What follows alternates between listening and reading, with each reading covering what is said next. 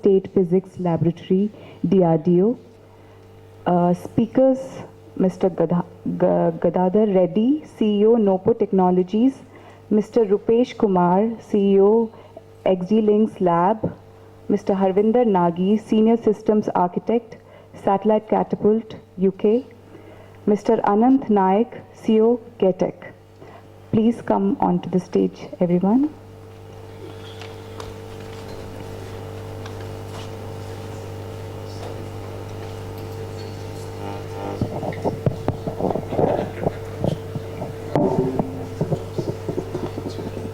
I request Madam Chair Moderator Dr. Seema Vinayak to come on the dais and speak a few lines.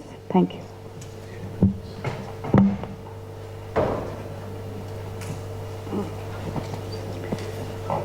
Good afternoon, everybody. It's been a great privilege and pleasure for me to be here as part of this event. And I thank India Space Congress for giving us this opportunity. I have with me the panelists, and I would say that all the aspects of the session are being covered by the panelists. We have from the material side, Mr. Gadhadar Reddy, who is onto the carbon nanotube development. And as I understand, I was really interested and inspired by the name he took for his company, that is NoPo, that came from not possible, right? Because when he discussed his idea of manufacturing single-walled carbon nanotubes, probably people were there to tell him not possible. And he turned that into the name of the company NoPo. And so from the material side, we have him. Then we have Mr. Harvinder Nagi. He is into the reliability testing for the millimeter wave components that are sent on board. For example, the MMICs, the beamformer antennas, or the transreceive modules. So he's on the reliability testing side of the components that are being sent in space. Then we have Mr. Rupesh Kumar. We heard him in the last session as well. And he has his own experience of sending 88 satellites to space and how he is balancing between what is expected to be sent in space and how we can gear up to be able to do that. And so we'll have a lot to hear from his experience. Then we have my colleague, Mr. Anant Naik. He is heading a foundry that makes gallium arsenide-based MMICs and GaN-based MMICs. And I come from the R&D. I'm heading one of the DRDO premium laboratories that is involved in the material growth as well as the device design, modeling, and device fabrication, right up to packaging, basically for defense and space applications, and that is what gets transferred to production in Getech.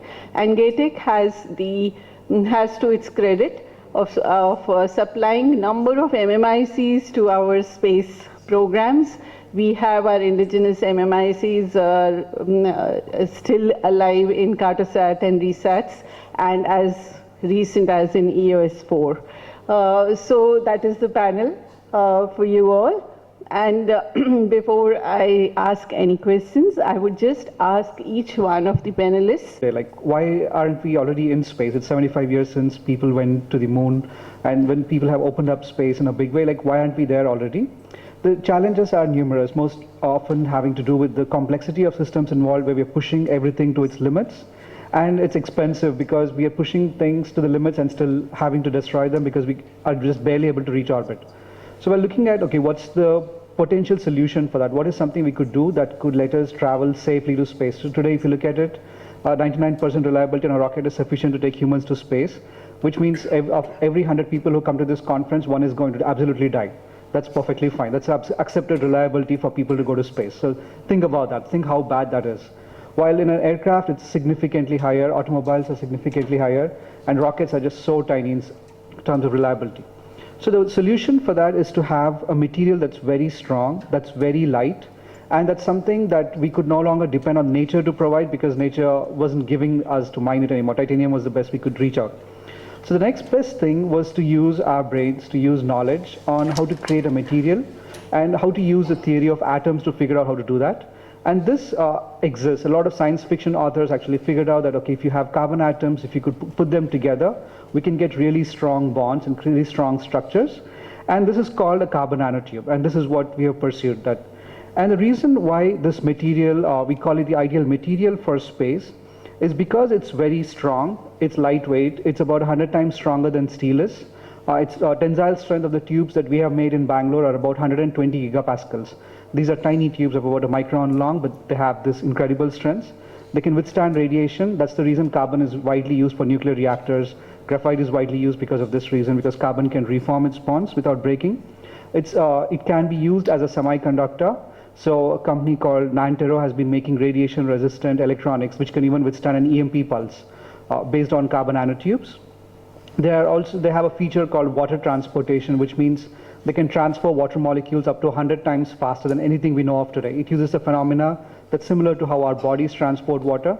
So imagine a water filtration system on the space station that can actually extract clean water from any source out there, or any planetary system we get to. We don't have to get, if there is some life, we don't have to get their viruses because you're able to extract clean water molecules at each step in a very, very efficient manner.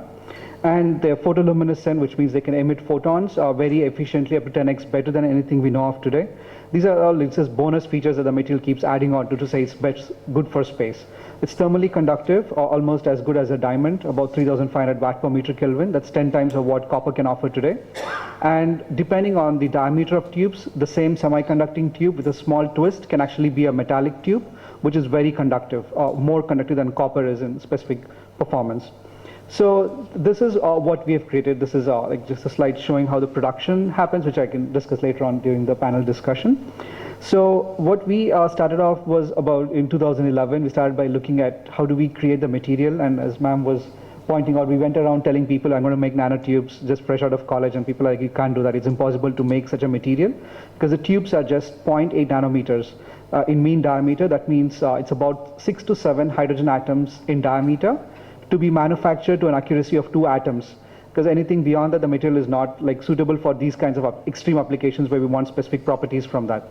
And we've managed to do that, produce a material with an accuracy of within 2 atoms, and holding it steady 5 years running now, like with the exact same diameters being produced. This is how the tubes look like, and that's pictures from the facility now where we are producing the material. And it has a wide array of use cases. So even though we started with the objective of using it in composite structures for use in space one day, we found that we have a lot of intermediate steps to go, and at each intermediate step we create value for customers. So initially by water, so that's something we've been talking to a bunch of space companies that want to use filter out water in space. And we found that by creating and purifying the material for water, we found use cases in batteries. So talking to a few companies like Tesla for that. And as we purified it further for getting even better water performance, we found use cases in electronics as a potential replacement that stays on top of silicon but gives a much higher transistor density within the circuitry. So yeah, so this is what we envision creating with the nanotubes. And yeah, in the discussion we'll have more. Thanks.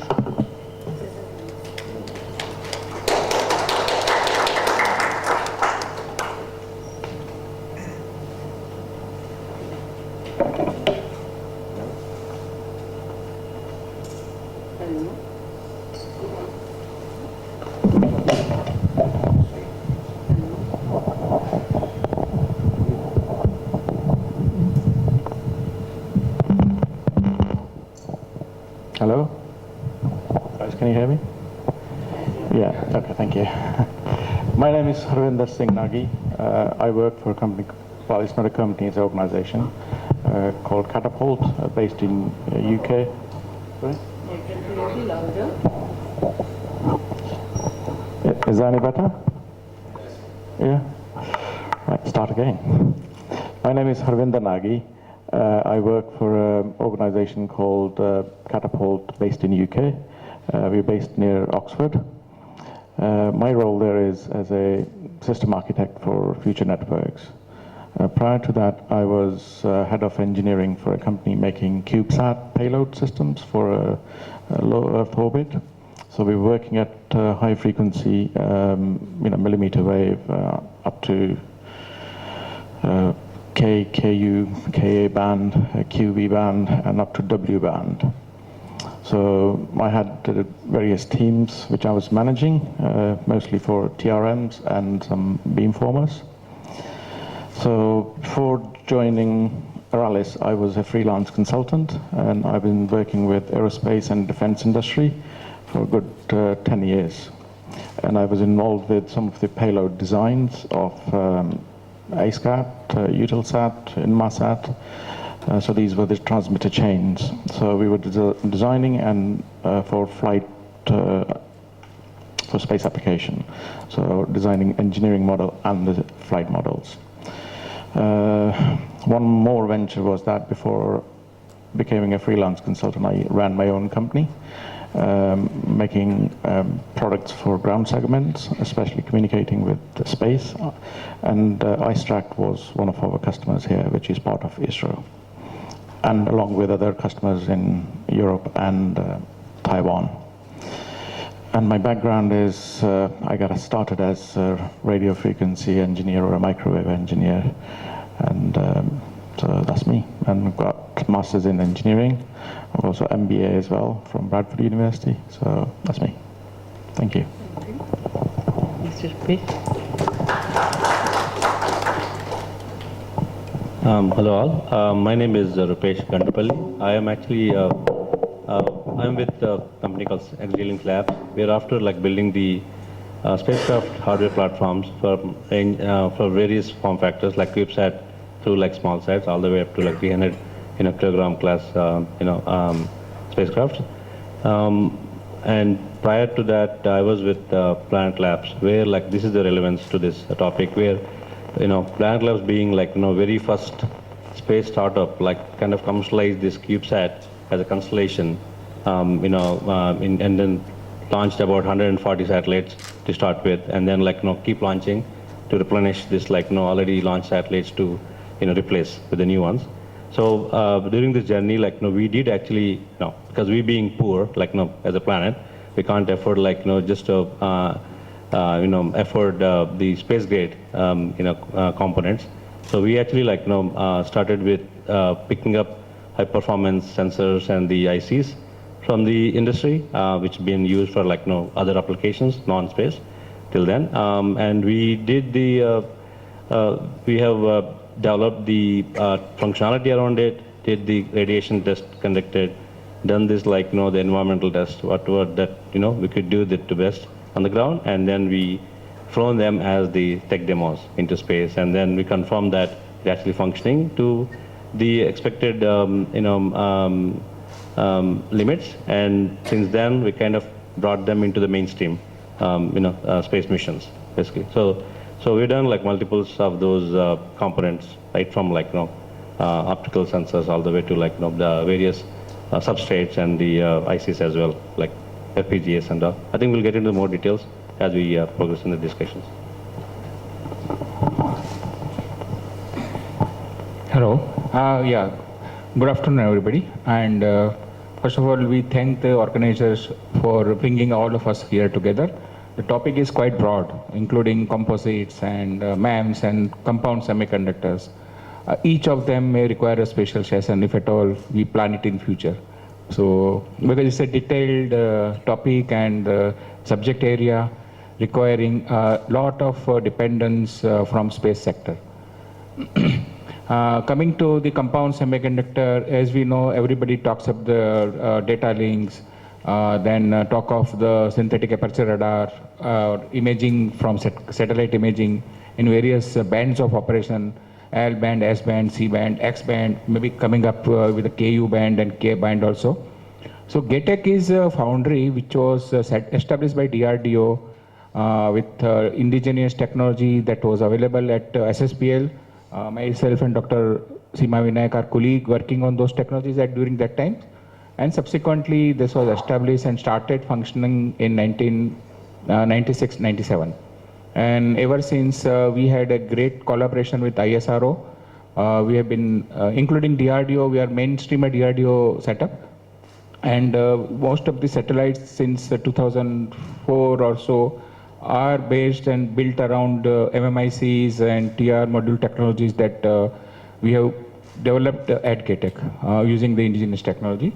We have expanded over a period of time in terms of the technology base available at GATEC. Right now we have up to CARB and PHEMT MMICs. And right now we are also into a very advanced stage of gallium nitride based technology for 28 volt operation as well as 50 volt operation. Again, the technology inputs and collaboration with SSPL. So this is an ecosystem that we have evolved over a period of time. And any industry to survive should have such kind of an ecosystem. Strong R&D backup followed by a production setup. So GATEC right now has a 0.1 micron technology for PHEMT as well as we have demonstrated for gallium nitride also. And we have all tools that are required for production of this ICs. We are also, as I said, our space qualified foundry. We have got our space qualification certification from ISRO. And most of these URSC and SAC Ahmedabad are the prime users as far as the space sector is concerned. And GATEC also has a large array of tools that are required to screen those manufactured devices and modules for space applications. Now, a lot of private entries are coming, and many a time, last LCNA conference was there in Bengaluru. Somebody approached me and asked me, I want to use a component which are not space qualified for LEO's orbits. So that kind of tendency to save on time or energy, money, it should be somewhere we need a agency to control those quality checks. I think one of the madam here was asking about the base station repairability and cannot be repaired in the space satellites once the component fails. So there are various approaches adopted in payload design and development, which has certain built-in redundancy for the payloads, as well as the components are screened much more above MIL 883 standards also. So I think everybody need to have a quality in mind when we enter into the space sector. Base stations, etc., it's okay, fine. But space sector or, for example, aerospace applications, the quality and the QA requirements are very stringent, and we should understand that before we enter the sector. And I think one can collaborate with GATEC or SSPL for evolving some new products. We have got more than 150 space heritage MMICs as our brochure contains, and which can be also used with collaboration. Of course, there are very expensive things because of the quality built in. And I think we can further discuss as session progresses. Thank you. So thank you all for sharing a little bit of your experience in your own fields. What I see here is that we have the representation from the materials and the users and the reliability and the manufacturers of different components.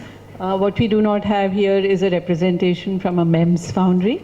And I would just like to bring out here that DRDO also has a MEMS foundry, and that is making almost about 25 to 30 kinds of different MEMS devices. That includes the pressure transducers, the uncooled IR detectors, and the accelerometers, and also terahertz emitters. And these are all for defense related work, not qualified for space as such. I would have really liked one representation from there, but because of some reasons we do not have, but I thought I'll just make a mention of it here. So that again, that also works from the same, from R&D to production format. So the R&D is done in the laboratory, that is ours, and then we take it to the MEMS foundry.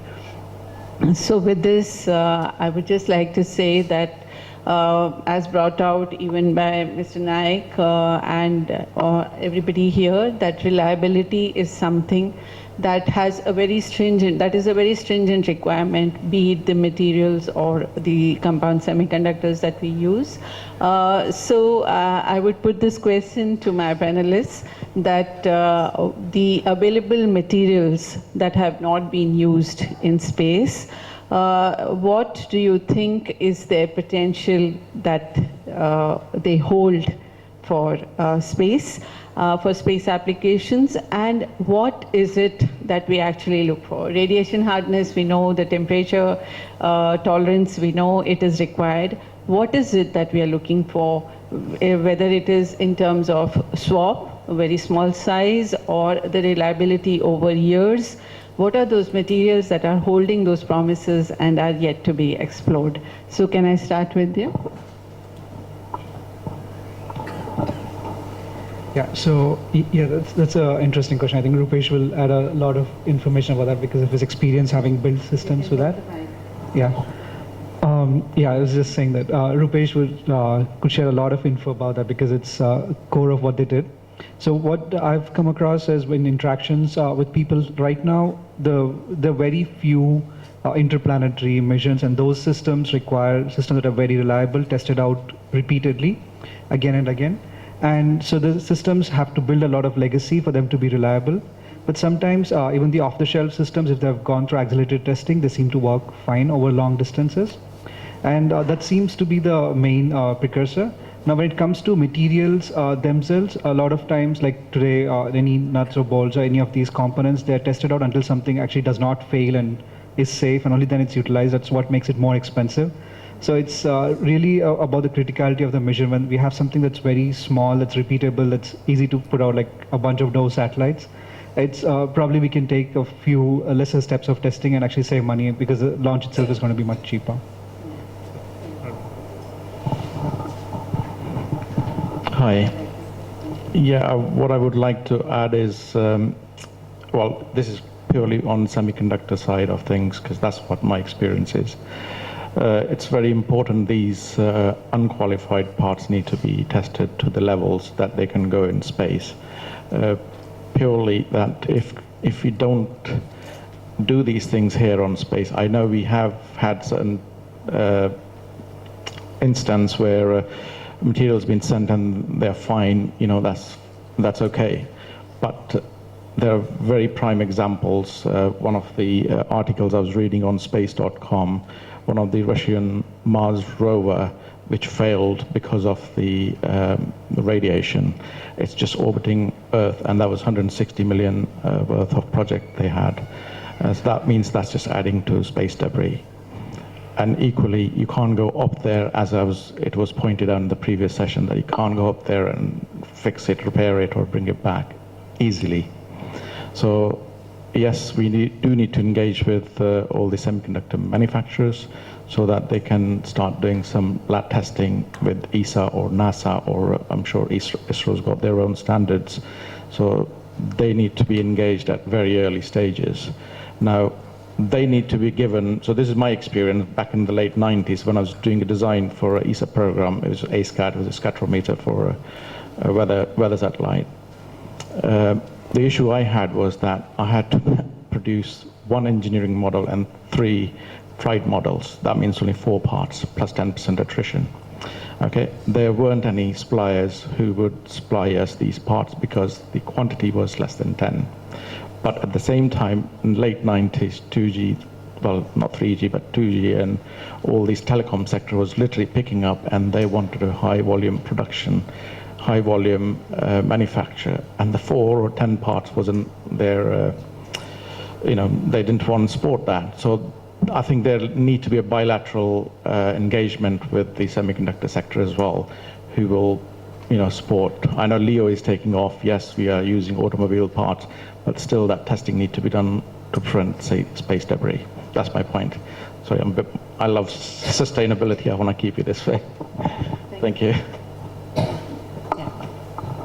Yeah, so I would like to just confine myself to Leo space because that's what we have done past few years. I think I would like to just bring up a few examples what we have gone through. I mean, at Planet, actually, like, when we were talking about this, the power, the storage systems, in terms of the cells, the battery cells, we looked at like different options from the lithium ion, cells wise, and we actually picked up something which Tesla has been using, and who has done this like extensive life tests on the cells, what they've been integrating and packaging into the Tesla cars. And we just did the, the Delta space qualification from the radiation and the, cycling and the environmental. And we actually launched, a few of the cells into space and qualified and made sure, like, that actually meets our storage requirements and also like reliability over like some time. And then that's how we, standardized that into our mainstream mission, and we launched like, thousands of them to support all 450 satellites what we launched, and like we continue to do that basically. And also like we did spend some time with Tesla, the Gigafactory, where like, the kind of testing they've undertaken, and we learned how they're doing, and then like, we focused on the only Delta, the Delta piece of it. And similar to that, from the sensor, the optical, from the like, the camera sensor point of view, we picked something from onsemi, which is like not flown before into space. So we actually taken the sensor to JPL NASA labs, and just we understood their typical sensor level qualification basically, but not to like, just follow that, the heavy, the lengthy process, because we can't afford. So we just like, picked and like, did some judgmental and what is bare minimal required to just like, even attempt to put that into space. We did that. And so I do remember the days when we were just downlinking the very first pixel, just to confirm, actually we'll downlink the pixel which actually makes sense. So, and since then, like, CCD sensors, we put 200 of them, and then we just kept using it until like, they announced the end of life on the CCD side. Similar to that, like the FPGA from Intel and like, from XDLINX. So basically, like, and with the current company which I floated, XDLINX Labs, we are actually like, developing this space hardware platforms.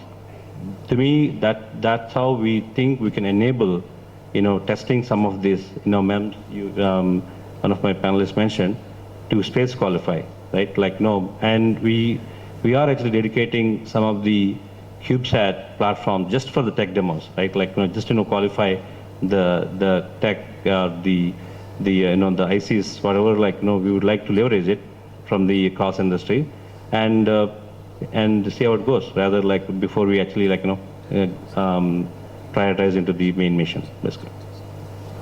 Thank you. The question for the chairperson is the material. Yeah. So gallium arsenide as well as gallium nitride has a built-in radiation hardened nature because of its wider band gap. Further to that, there are already passivation of almost 5,000 to 1 micron of silicon nitride deposited over it. So most of these devices, besides the lifetime testing, they are all radiation hardened in a way for LEOS applications. For GSAT or geosynchronous power and a large and a very big data rate that can be supported by the devices. This approach of quality is already built in by various space agencies, including European Space Agency, including ISRO. And what Dr. Rupesh is saying is one of the ways forward. But if you go by the life cycle of a satellite, which people would like to be more than 10 years, then the established life cycle of the components used has to be very well validated. There should not be any infant mortality. Whilst we do it, those kind of tests also. There are standards of wafer processing inbuilt for the quality. Like if you are processing 10 wafers a batch, you pick out say 10 to 15 devices or MMICs per wafer. You subject it to burn-in test, life test, storage test, various other tests high G acceleration test, high pressure test, everything, thermovac test, because these are the tests required to sustain the device for at least 10 years of time. And I think once we have a technology, we can build the devices, but we still have to go through the cycle. So if you do not meet the quality standards, like if more than 10%, 5% of the device is failed, and the fail is not a catastrophic failure, the deviation in the performance is by 5% or so, the complete batch has to be rejected. And that's where the cost components come when we talk about the space screening. Similarly for aerospace application, the requirements again are differently stringent. Every time an aircraft takes off and lands, will experience a lot of G day in and day out. Satellite, it may have to see only once when it is launched. But then the temperature cycling, every time the satellite faces the sun, the temperature will go maybe more above 120 degrees, the channel temperature of the device, for example. And when it moves away, it will go to negative side. So that cycle is seen by the satellite-based MMICs or components, has to be tested for its life. So maybe definitely it's an expensive process that was built in. Maybe over a period of time, once you have a standard process, one can slowly adopt to the technology-based waiver. But at present, for satellite applications, very, very rarely we follow it because the bigger satellites, we definitely cannot repair it. So that's what I think, that's what I again said, that the QA has to be built-in for any space or SATCOM industry that are planning to set up their business. Economics is not the only thing. Even if satellite fails, it's a very bad economics, I would say. Okay, thank you.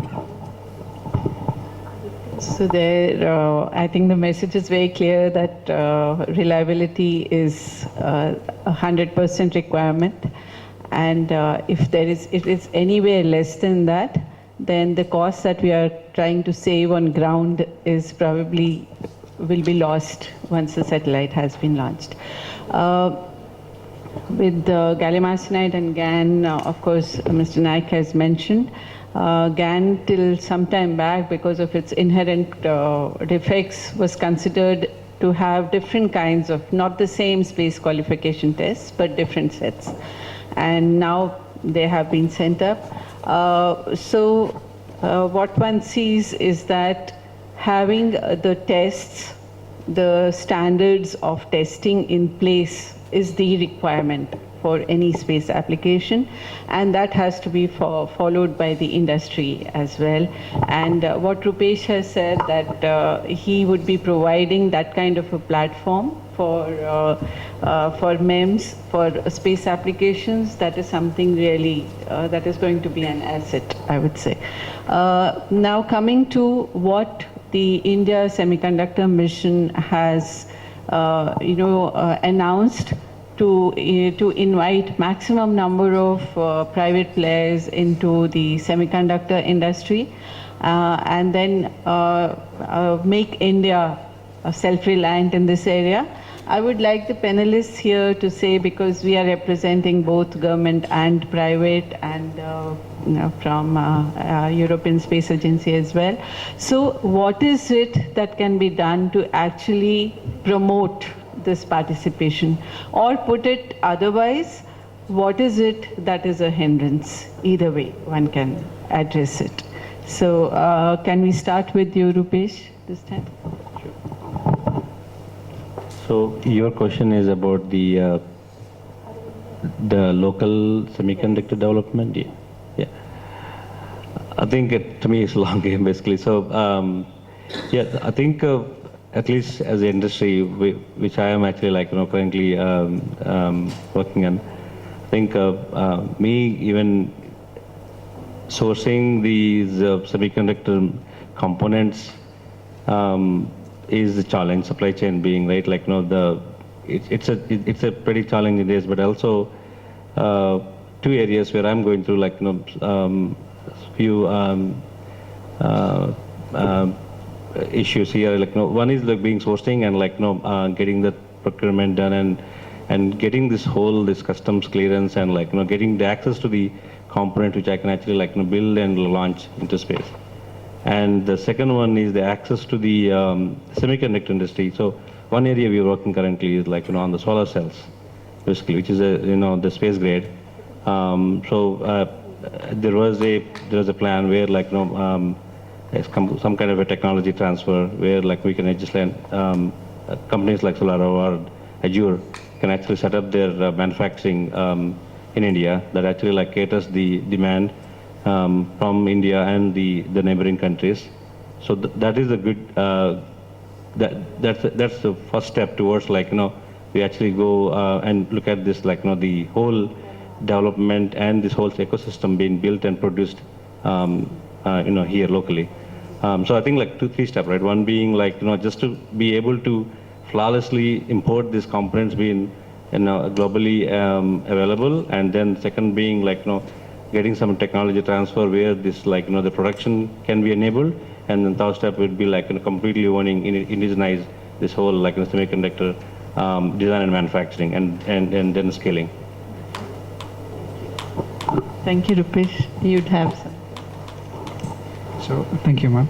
So this is a very interesting topic, and this is an area which we have explored because of the carbon nanotubes.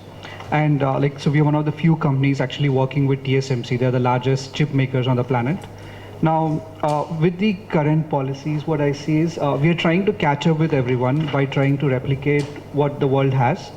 For example, if India were to today put money and say, okay, we're going to start a 3 nanometer fab, that's going to be several tens of billions of dollars, and about 10 to 15 years before we actually have the facility to manufacture it, which is churning out reliable chips at the end of it, because the first chip is still not useful.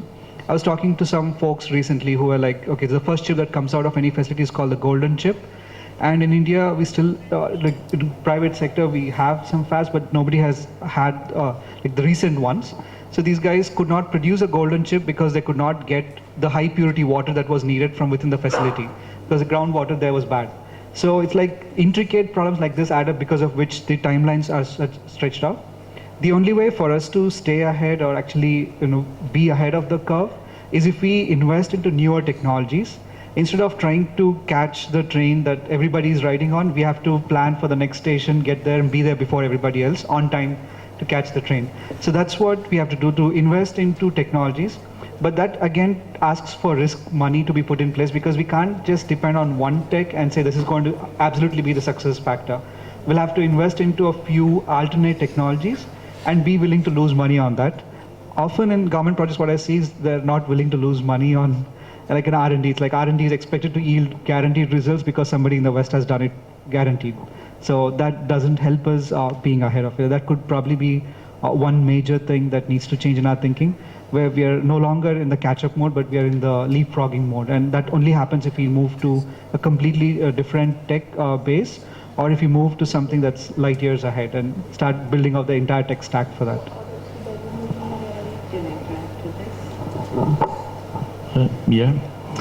Just adding to what my colleagues already said, India, if they want to be part of a space program, and there's a big race there, I think India need to start thinking about, again, adding to what I said, into some fabs.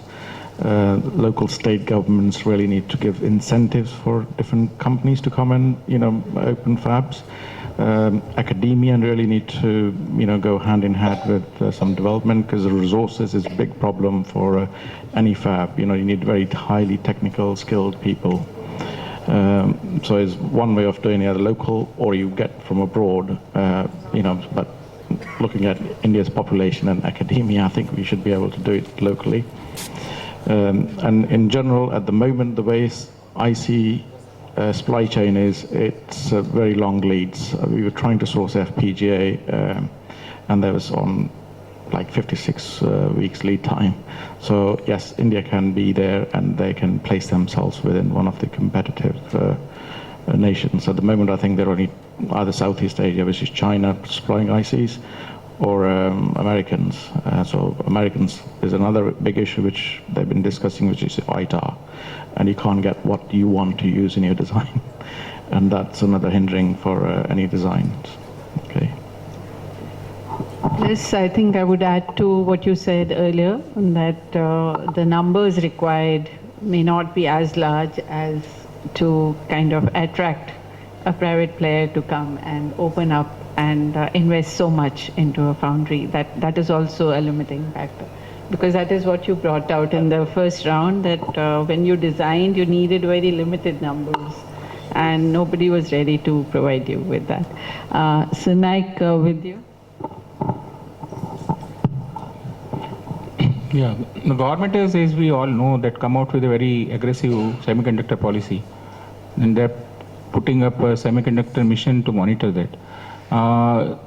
In some of the committees, I have been able to participate as a member, and questions were asked to the people who wanted to set up a foundry that will they support Indian strategic interest like space and defense. And to that, most of them said no, it may depend on the parent country. Parent country's policy of export license, even though the foundry may be set up in India, because it has an IP. That belongs to that particular company headquarters. Like if we know some of the companies in China these days are, the US has withdrawn the IP rights to those companies, and a lot many fabs are non-functional as of today. I think my colleague Dr. Purnendu is here. He has a lot good information on that side. So IP is again a very important thing. Having a tool is one part, having an IP is absolutely another part. There is a different clear-cut isolation between these two. So for indigenous strategic interest, we need to maintain in-house foundries, which are not established by a foreign foundry, but yes, we do all depend on the raw materials, supporting systems, which are all manufactured abroad. And in fact, no country makes everything, all the raw material, all the equipments in-house. All the countries depend on each other. Like there was a news yesterday that America depends on Russia for some key nuclear reactor components, whereas they all depend on the China for some of the composite that they are using in their aircrafts. So this kind of interlinked is there because of the complex technologies. So ultimately it boils down to indigenous efforts plus as and when you require, you should have government to government understanding. So this is definitely is being propagated to right people, and I hope that government will take a proper decision on that. It is a closed world at the end of the day. So thank you. So on a lighter note, the popular lead time called 56 weeks is the no code. Is it no code? No. Yeah. So yes, that is one thing that we are all facing, and maybe that is one thing that is pushing us towards self-reliance, because although it is a long journey, and as brought out by Mr. Reddy, that if we really cannot jump onto a moving train, and with silicon technology going as advanced as 3 nanometer, trying to catch up now, maybe a question mark. But compound semiconductors is something that we can, and probably the investments would not be as high as required by the silicon foundries.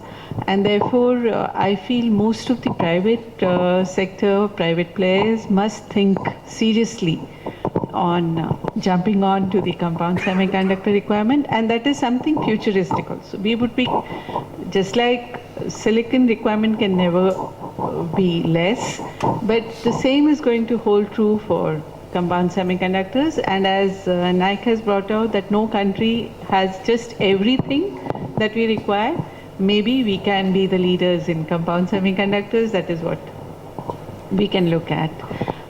So I was told that in this session itself, we would also have to have some time for 2 presentations, and therefore I have to kind of shrink this session. So I will just open the session for a few questions before we have the presentations. Yes, please.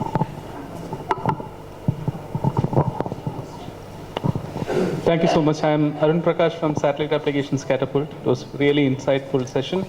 So my query is in relation to 5G satellite integration. So 3GPP standardization for integrated 5G satellite architectures have been happening since release 15, release 16, and release 17 is completed. In the previous releases, they considered the satellites with bent pipe architecture. So basically transparent satellites.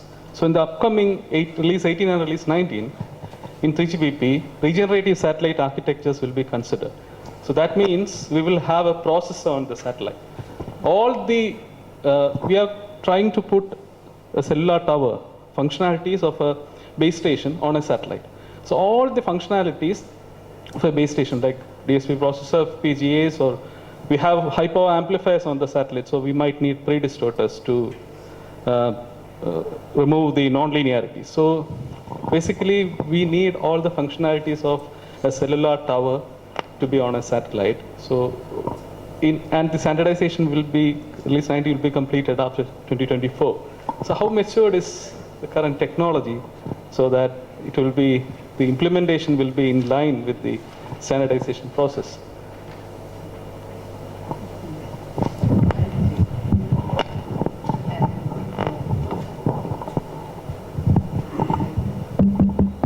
Hello.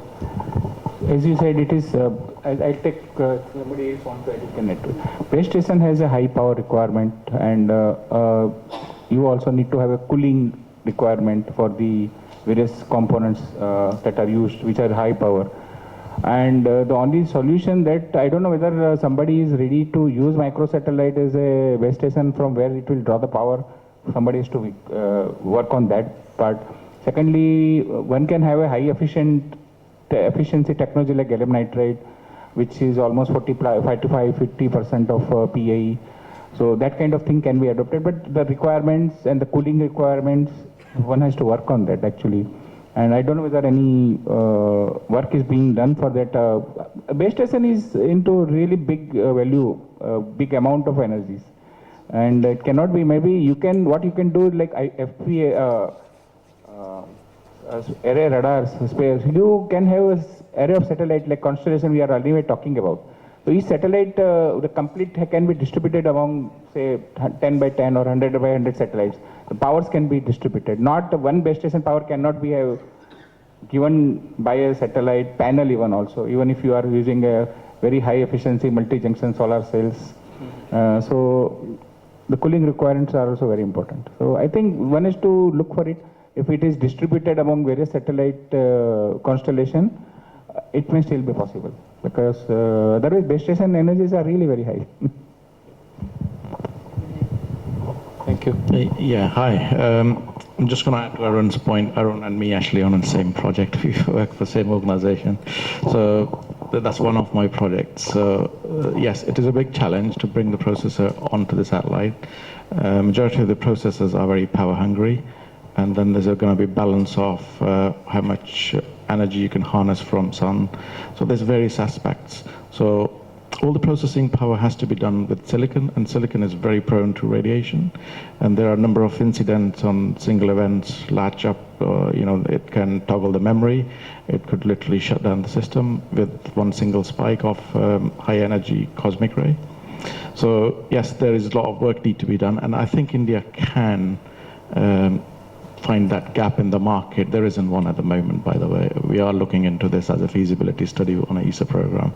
So that could be a little gap in the market which India can invest for future.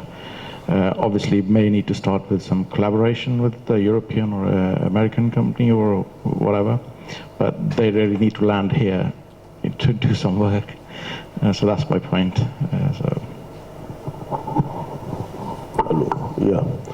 My question is for Dr. Seema Nayak and Mr. Nayak. Now, DRDO is already working in a lot of areas. But hello, that's okay? It's okay? Yeah. Yeah, my question to the DRDO people actually. Suppose private sector is keen to invest in the indigenous technologies which have been held by the IPs held by the DRDO. So would DRDO would be interested to work in the private sector, with the Indian private sectors, in public-private partnership mode, PPP mode, the way ISRO is working with the, say, Mahindras and with the Airtel through the in space. Same way DRDO would like to work. Some of their engineers are ready to invest in the technologies, indigenous technologies held by the DRDO, particularly SSPL and GATEC, whether it's gallium nitride or whatever. I'm talking about this semiconductors, secondary semiconductors. Yeah. So there are mechanisms in place for DRDO to engage with private industry or public sector, and there are technologies available for transfer through a non-exclusive as well as exclusive licenses, depending on what the technology is, and there are ways of selecting the industry who can take up that technology. So transfer of TOTs do happen, and other than TOTs, there are ways of engaging through TDF, that is the Technology Development Fund, and DRDO is ready to invest up to 50 crores in a Technology Development Fund, and that has to be for a certain product that is required by the defense. So the development of that. So there are different mechanisms through which this can be done. Generally, these mechanisms are meant for the defense PSUs. Like suppose RDIS develop a LCA, so afterward HL will do the development part. Yeah. But suppose some private, the way ISRO is working, for the space communications, the partner is Airtel. For space transportations, the partner would be Mahindra Group. Okay. Similarly, suppose some things have been identified, some private sector from the Indian side very keen to invest in the DRDO technologies. Okay, the other thing we are talking DRDO for DI, TTM, other route is fine, but purely on the semiconductors. Purely on semiconductors. Purely on semiconductors. Compound semiconductors, yeah. Right now, the mechanism is that whatever we are working on semiconductor technology or on MEMS, it is going to our foundries, because that is where it should land, and that is what we are working for. But apart from that, if there is a private investor who would be wanting to spend so much to make, I'm sure it may be an unprecedented question that has been that would arise, and one would find ways to kind of work and find out how it will be done.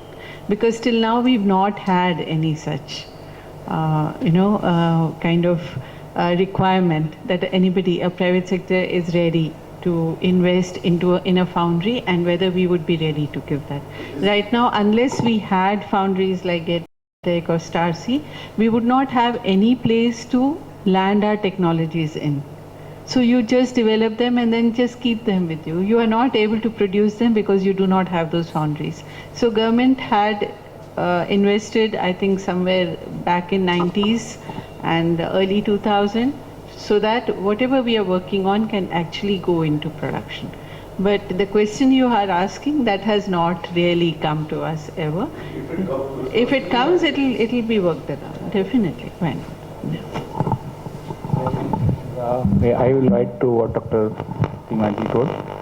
Second, I don't know whether the semiconductor industry establishment, any private party is ready to put that kind of money. If they want the government to put money, if they want the government to give technology, then it can be anybody, not 1 or 2 persons, isn't it? So that is a policy decision basically. If, so for example, if you want to establish a state-of-the-art 6-inch fab today, to meet the space as well as defense requirement, you need at least minimum 1,000 crore rupees, $1 billion at least to begin with, having your own technology. If you want to establish a foundry with outside support, with the IP knowledge, it can be $2 to $3 billion. So I don't know whether the private industry is ready to do that kind of a investment. You were talking about the technology given market. Within India, for the market to technology, you have to take, say, Baba will be the earlier as market. The Indians were ready to invest. For senior. Right. And I will remain So maybe but the infrastructure itself is a very costly affair. To run an infrastructure itself is a very costly affair. Our industry, the big players have walked out of this kind of an offer earlier by government because they don't see any return on investment.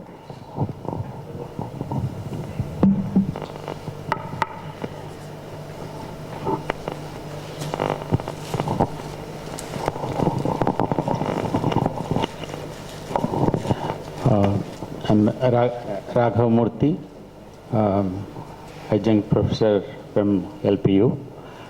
I have very good discussion actually about this chip manufacturing. It's the heart of any system actually, any new system or any new item. So this is applicable for both ground as well as the space also. Okay, and in the world of IoT expanding and connecting everything. Okay, so there is a very big opportunity from the requirement, design, then development of the chip, production, and going for the application or production, whatever it is. So in this timeline, actually, what you are telling is correct. It's very high, rather costly things for investing by the private. But as India, how do you see that we can take over this particular thing for the Indian requirements, and also private industry can serve the global requirement? At least chip design can be done by anybody else. Anybody can do. So the basic costly things are your foundry and other things, and especially materials and the devices manufacturing. But how the private industries designs and what is the timeline? That is, if time limit is too big, actually, you will lose the race. Yes. Okay. So how as India we are going to plan in such a way we support the design houses in the private industry, okay, who own the design, and then they will be able to manufacture for Indian requirements as well as the global requirements. And how can we take over this? I think recently MIT announced one such scheme where they have invited a number of people to come and design on the process design kits provided by anybody over the globe.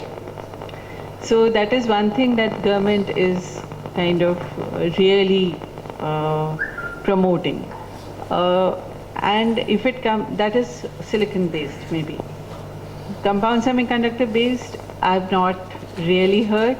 But if your question is whether whatever is the existing foundries that we have here, based on that, if we kind of share the PDK, then can a private industry design on that? If that is the question, then that is something where we would require a policy to be very clearly defined.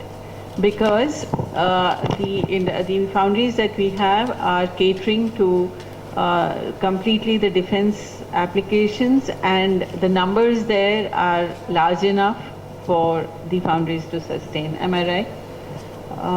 Right? Yeah. So for the private players to design based on say GETEC or say on STAR-C, there we would require a very clear policy to be defined. Can I continue? I will add to what just now explained by Seema ji. There are a couple of economics also involved into it. For example, we ourselves has very good design teams at various centers, including SSPL, including ISRO labs, for example. And we do have some kind of a collaboration with some IIT Hyderabad, for example. We help them as and when required. But what I mean to say, see, for example, you get an opportunity to design for some application using our PDK. So what happens generally, world over, that the established players across the world, they tend to reduce the prices beyond what you are able to produce in India. That is because this is how they can stop you from growing. What is required is that in that such a situation, an Indian application industry should only use Indian component, whether it is expensive or not. That kind of a policy if we adopt, like Europeans already have that kind of a policy. We will not go outside Europe unless and until it is absolutely not available inside the Europe. That is still not happening in India. The moment somebody says, I am getting that thing cheaper out there, they will simply run away. They no, I will get it because I want to make the system cheaper. That's not the only thing. You need to have a strategic interest also built into your products, not only commercial interest. To bring that environment, what is to be done, you are telling policy is. Yeah, obviously. So now, first of all, first you need to have a application in mind. Secondly, if you want to export it, certainly, like the countries who are exporting these products to India has a policy of approval. I mean to say approval for export. So Indian government will also have a policy to export some of this thing made in India. And the time to come, it should not be going to some country which are against Indian interest. So that kind of a policy decision government will have to make, whether this product designed in India, fabricated in India can be exported or not. Commercial part is one thing which is a very big challenge, and the strategic part. Even today, if you give a design for MMIC with a certain frequency band, and they all know which is a radar band, which is a communication band, it's not a rocket science. So they will simply deny it. They may give you some numbers, but they will not give you tens of thousands of numbers which are required for your system. So you are talking academic interest looks like that you want to, student want to design. No. Okay. I am telling that totally into this field because I hear from many people that chip design is basically done even in India for the foreigners. Okay. That's going on for the last 10 to 15 years. That is right. Okay. Yeah. And those people are making the chips and then again the total Selling units it. they are selling it back to us. Right. It is a double benefit for them. Yeah. They pay low salaries and the designs are being done Very true. and they will sell the same product back to India. So when do we change this scenario?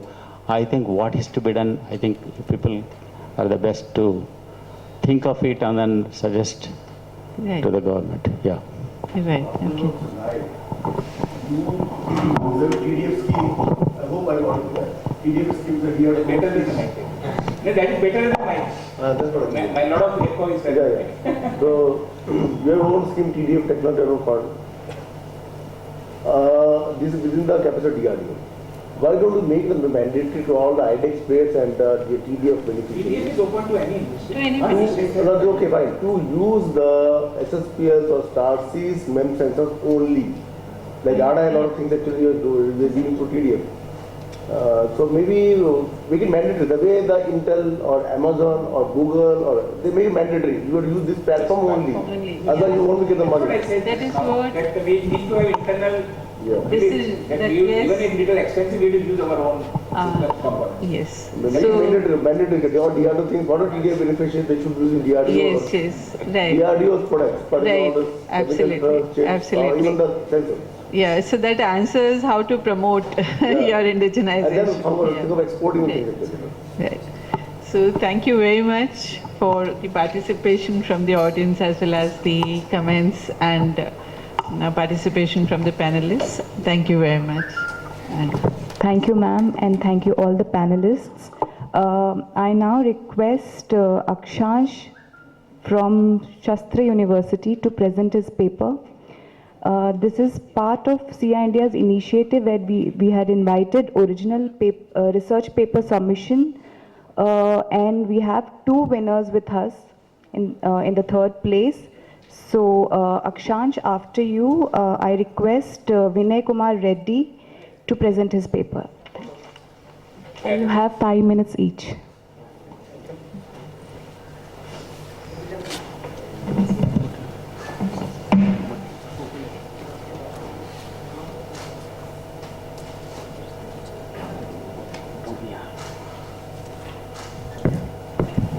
Take a seat on the audience.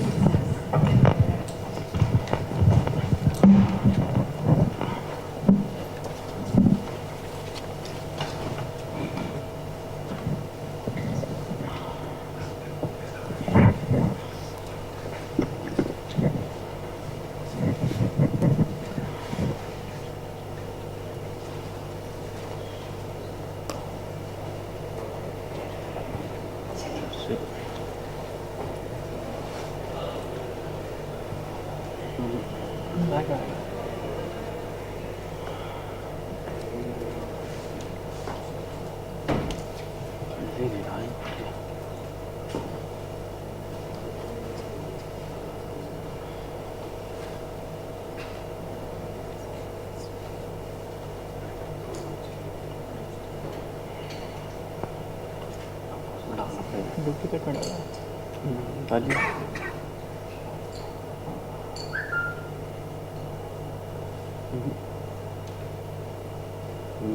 Port is not working.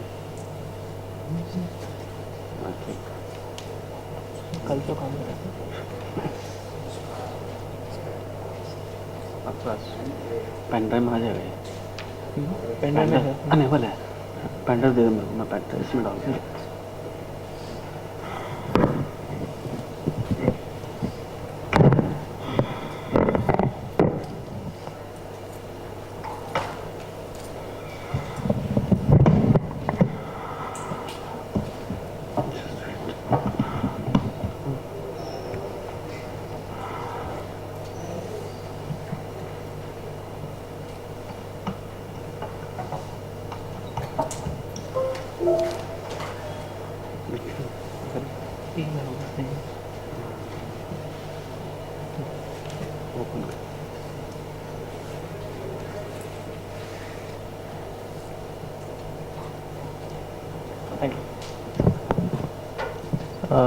Good afternoon, everybody present here.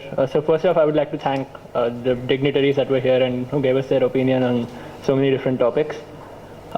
So today I'm here to present a paper that me, along with a team of 3 of us, Karishma, Rohit and Dr. Srihari, we did a paper on the design and thermostructural analysis of lenticular DCBs for solar cells. So this paper basically looked at a lot of different aspects about solar cells, and that was our main focus. And Dr. Srihari is actually already in collaboration with ISRO on a project under our Aerospace Structures Laboratory. So this is the outline of our paper, and in the interest of time, I will keep this short. So starting off with why, right? So why did we get into solar cells? Well, quite frankly, solar cells have been around for a long time. In the 1970s, I believe, was the first time we actually conceptualized it and started making them. So this is one of the main reasons, and we thought that it wasn't very prominent in our current space, journey. And why DCBs? Well, DCBs are deployable composite booms. Now, composite booms are booms that have exceptional strength characteristics and especially a good strength to weight ratio, which is one of the main reasons why composite booms are better than normal booms. A boom, for those of you who may not know, which I don't think there's a lot of people, booms are just any structures that can bear a load, right? So the deployable part comes in when you can store these booms in smaller areas, because as you may know, carrying payload to space is a very expensive endeavor, and by making the booms more compact or storing them in a small space, which for us is actually rolling them into a spool, we are able to increase the packing efficiency of these booms. And this is an example of a solar cell. This is of course from NASA, and yes, the 4 lines that you can see are essentially, the 2 lines are 4 booms, and the center is the spool. And these are examples of some works we've taken up at our Aerospace Structures Lab. And followed by this, we have the environment, which is, we've taken the low Earth orbit as our environment and analyzed the forces and the temperature gradients that persist there. Followed by the scenarios. So the worst case scenario would be where the boom fails. And in this case, that's an ultimate tensile test, of course. And post-deployment is once the booms are fully extended, we analyzed the forces acting on the sail. And then we carried out an analysis which was computational as well as analytical, and the computation was carried out on the ANSYS Workbench software. So we followed a bottom-up approach for this, and we started with the design, right? So we selected the material based on an extensive literature survey, and J.B. Bai, I believe, Zhangbo Bai, is a very key pioneer in this field, and we looked at a lot of reference papers and found that carbon unidirectional is a good fiber, right? It's a good fiber for this application, and the unidirectional just means that all the fibers are oriented along the same axis. And that was our material that we selected. It also has a very good resistance to deformation. Followed by the geometry is lenticular. So I will show you that in the next slide. Lenticular just means lens shaped. And then the stack up is just the ply orientation within the fiber. And we selected a ply orientation of 45 degrees, minus 45 degrees, and 0 degrees. And what this helped was with the dimensional stability. So it gave us stability in all 3 dimensions. Followed by, so that was the design part. Once we concluded on, once we fixed on a certain design, we went towards the question of, is it really worthy of being in space? As we all know, space is a very hostile environment. And this is the ultimate tensile analysis I was talking about, followed by the post-deployment, which is once the booms are completely deployed, which is the main focus of our paper. So this is a good diagrammatic representation taken from a paper by J.B. Bai about the folding analysis of these booms. And this represents the basic geometry of our boom. And as you can see, the shape is like a lens. In fact, if any of you are sci-fi fans here, if you watched the movie Interstellar, the top half is kind of like Gargantua, the black hole. But OK, that's just a reference.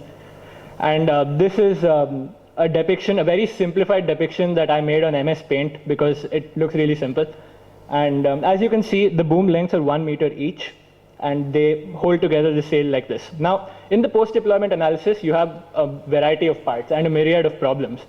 So the main thing that we tackled was the forces acting on these booms, which means if you have a tensile force, say, in a direction perpendicular to the longitudinal axis, then that would just pull the boom outward. And that's how the sails are connected, along that line. But you don't necessarily always have to move in a linear direction in space. You could move in any direction.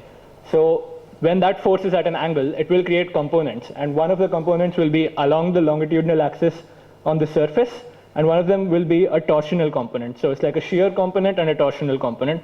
And that's basically what we carried out our calculations on. The analytical part involved finding these exact forces.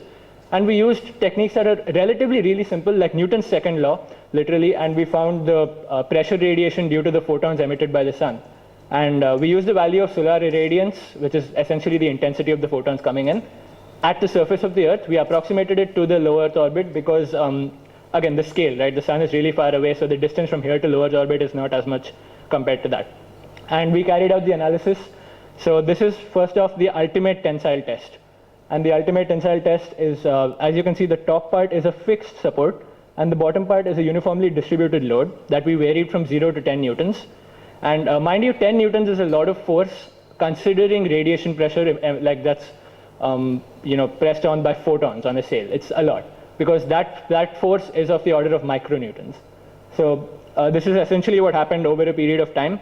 And around 5 megapascals of pressure is where this thing failed, the boom failed. So you can see this is the cross-sectional view of the boom. And this is the tensile analysis. And again, those micronewtons of force, it was 1 micronewton to 6 micronewtons, which is the range we took, because the value of force that we got was about 4.5 micronewtons. And the right end here is the fixed end, which is connected to the roller I was talking about, the spool. And the left end shows the deformation, and it's obviously the maximum, the furthest away from the fixed end. This represents the torsional part of it. And as you can see, the boom deforms along this sort of direction. And the torsional part was obviously a moment, right? That's what torsion is. And you have, it was about 0 to 25 kilonewton meters is the range of moments, micronewton meters being the range of moments that we took. And this represents a superposition of all these. And this is the idea that we basically came up with, which was by creating a superposition of the 3 cases that I just, the 2 cases that I just discussed, you are basically coming up with a preliminary sort of understanding of what would happen to the boom. And here you can see A is, like this corner is the fixed end, followed by the same uniformly distributed load and the torsional load. And this is what happened upon running the analysis through ANSYS Workbench. This is what we got. And mind you, this is considering the worst possible case. Like, as we know, space has a lot of known unknowns, unknown unknowns. And so we just went with the worst possible case, which is the maximum possible force and moment. And this is what we got. So obviously, this is a very exaggerated version of what would happen. And finally, the thermostructural part of it, we took a temperature range of 25 degrees to 125 degrees, and 25 degrees being the ambient temperature. This is what we got. Not very, strange, because it was a pretty minimal heat flux that we obtained. And coming to our results, I'll be wrapping this up now in just about a minute. We got linear variations for nearly everything, which was a decent local sort of verification, but we still are yet to verify this experimentally, which our lab is working on at Shastra. And as you can see, the total deformation was of the order of 10 to the power minus 8 millimeters, which is not a lot considering the length of the boom is a meter. This was our superposition case, where here the deformation was of the order of 10 to the minus 7, which again is not a lot compared to the length of the boom. And even the stresses were only in a few pascals, maximizing at 22.3 pascals. Finally, there's a tabulation of our results. And just one last thing I would like to point out is the maximum deformation caused by the temperature gradient is actually of the order of only 10 to the minus 3 millimeters. So this is probably the most the most affecting part of this entire analysis is actually the temperature gradient. So that shows how hostile the temperature gradient in space really is. And I would just like to conclude by, we basically presented this design, which was pretty feasible, by doing a thermostructural analysis as the DCBs were the ribs of the sail. And we used the solar power calculations. So from this, we concluded that this would be pretty suitable for the application of solar sails, and the future work would include manufacturing and perhaps refining our force analysis and looking at different variations of the length as well of the booms. So I would like to thank you for your time and attention. I have a question actually. You are a startup there or you are in the project? No, I'm a student. I'm a final year student. I know I've been there, but what's the objective particularly to this? The objective, so there is an ISRO project related to this, which our lab is working on. So we took up I personally took up the project of solar sails with my two co-peers in the last semester as a mini project. So we extended that into this paper essentially. Your lab is in Hyderabad by the name ARCI. Okay. ARCI. Could be the director and show the presentation. Sure. Director of ARCI. Okay, sure. Thank you so much. Temperature range that you have selected is not suitable for space application. 25 to 120. So it's just a Negative temperature is not.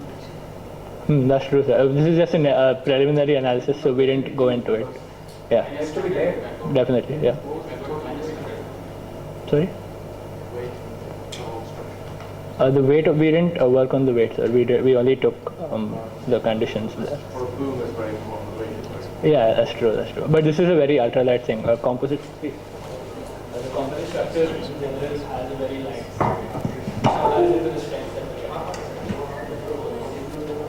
From Center for Space Research under the Division for Research and Development from Lovely Professional University, and I'm a third year undergraduate student. And so currently the paper is based on a mission which we are proposing for a small spacecraft solar sailing mission and a deep space observatory. So currently, if we see why did we take this, and what is the use of this mission, and how is it even going to be useful? So solar sailing. What is a solar sailing basically? So you are just going, if we take a simple example on Earth, just by take a boat on a water, and if you see the boat will travel with its sail in the direction of the wind flow. In the same way, when there is a spacecraft in the space with a huge meter square of sail, and when the solar radiation pressure hits the sail area, it actually travels in the direction of the solar radiation pressure. Over there, the momentum exchange takes place between the photons and the sailcraft. So basically the first point is on that the solar sail harvests momentum from photons to accelerate the spacecraft.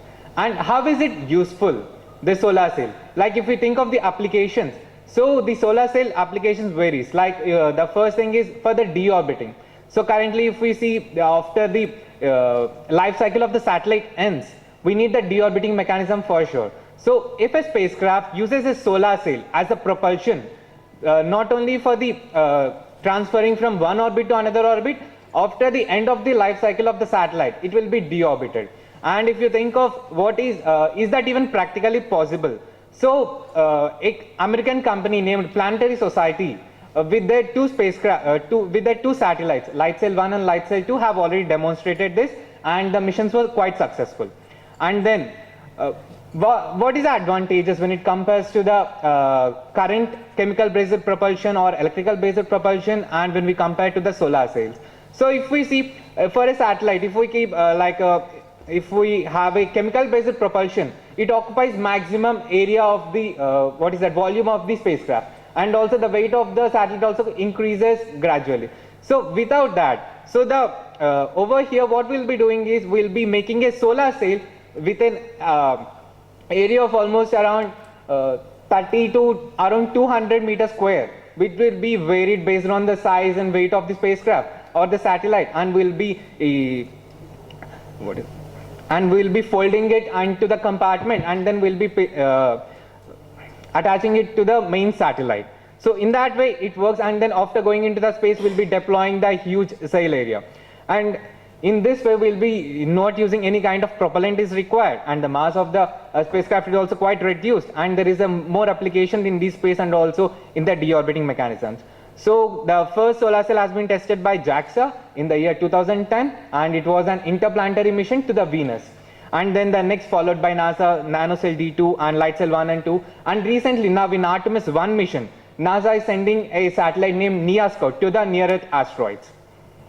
And next, when it comes to the main focus of our paper, we are focusing on designing a mission, and based on that, we have actually conducted a study how we can propel a spacecraft which is of a small satellite size, like almost around varying from until the maximum weight of 500 kgs, and propelling it into the deep space at a very least time of flight.